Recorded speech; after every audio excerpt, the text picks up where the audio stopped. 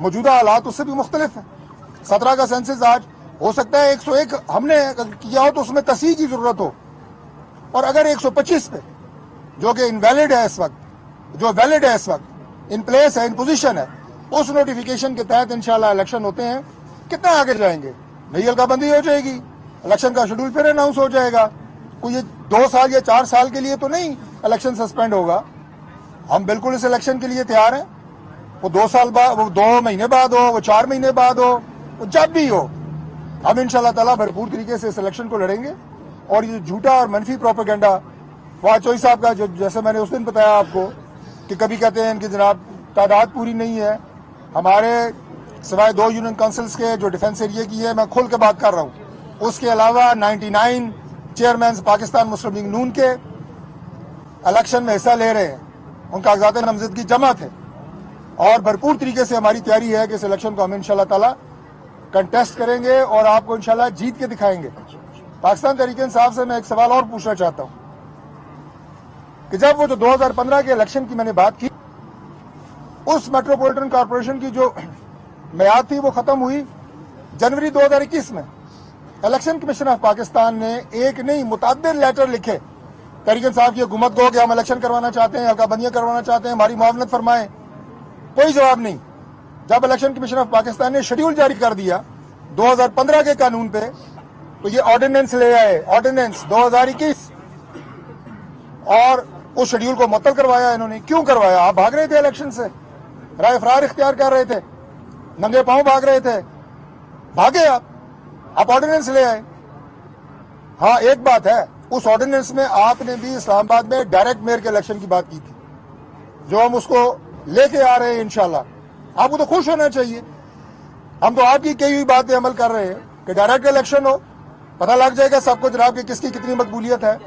تو میں عرض کر رہا تھا کہ جنوری 2021 سے لے کے اپریل 2022 تک جب آپ یہاں پہ سلیکٹڈ وزیر اعظم کے طور پہ رہے, 1 سال 4 مہینے آپ نے الیکشن نہیں ہونے دیے. 1 سال 4 مہینے. ہماری حکومت کو تو ابھی جمعہ کو 8 مہینے 8.5 مہینے ہوئے ہیں.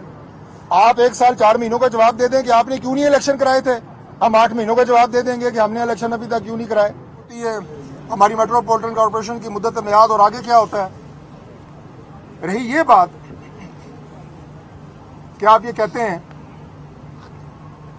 کہ صدر صاحب نے اس امینڈمنٹ پہ دستخط نہیں کیے ابھی تک.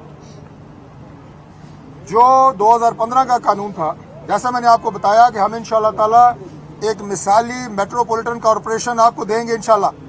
یہ ہمارا اسلام آباد کی عوام سے وعدہ ہے کہ آپ کے مسائل جنون طریقے سے آپ کے دروازے کے اوپر حل ہوں, نہ کہ ایک ایسے میٹروپولیٹن کارپوریشن ہو جہاں پہ ہمارے یہ آنریبل چیئرمین حضرات جو میرے کئی دائیں اور بائیں بھی کھڑے ہیں, صرف گاڑیوں پہ چیئرمین کی پلیٹیں لگا کے پھرتے رہے, اختیار ان کے پاس کوئی نہ ہو. ایسا نہیں ہوگا. ہم انہیں اختیار دیں گے, یہ اپنے علاقے کے مسائل کو حل کریں گے انشاءاللہ.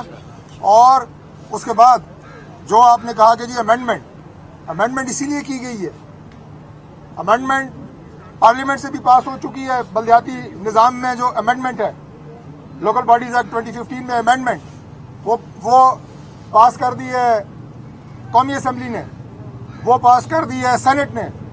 وزیر اعظم صاحب کے پاس گئی دستخط ہونے کے لیے, انہوں نے واپس بھیج دی. بسات احترام صدر کے پاس, صدر صاحب کے پاس گئی, انہوں نے واپس بھیج دی. بسات احترام پریزیڈنٹ الوی صاحب کے لیے, لاٹ آف ریگارڈز. میں ان کی ذات کی بات نہیں کر رہا, پریزیڈنٹ کی بات کر رہا ہوں. جب کوئی بل پاس ہو جاتا ہے قومی اسمبلی سے اور اس کے بعد سینٹ سے, اور اس کی حیثیت جو صدر کے پاس جاتی ہے دستخط ہونے کے لیے, وہ اتنی ہے جتنی نکاح کے بعد رسومات کی ہوتی ہے. اگر نکاح کے بعد کی رسومات نہ بھی ہوں تو رخصتی ہو جاتی ہے, معاملہ آگے جاتا ہے, پیچھے نہیں آتا. بل جب پاس کر دے نیشنل اسمبلی اور سینٹ تو سمجھے نکاح ہو چکا ہے, وہ بل بن چکا ہے.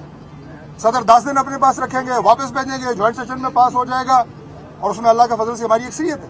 کوئی ایسا ایشو نہیں ہے کہ وہ بل واپس ہوگا, وہ بل آگے جائے گا. آپ جتنی مرضی تاخیری حرفیں استعمال کر رہے ہیں, آپ جو مرضی کر لیں, ایک بھی چیز, ایک بھی قانون ایک بھی چیز ایسی نہیں ہوئی جو قانون کے منافی ہو۔ 9 جنوری کو فریقین کو پیش ہونے کا نوٹس جاری کر دیا گیا ہے۔ فریقین کو سنا جائے گا اور اس پر عدالت عالیہ کا جو بھی فیصلہ ہوگا اس پر منوعاً عمل کیا جائے گا، ایسا کہنا تھا نون لیگ کے رہنما طارق فضل چودھری کا، جو کہ اسلام آباد میں میڈیا سے گفتگو کر رہے تھے۔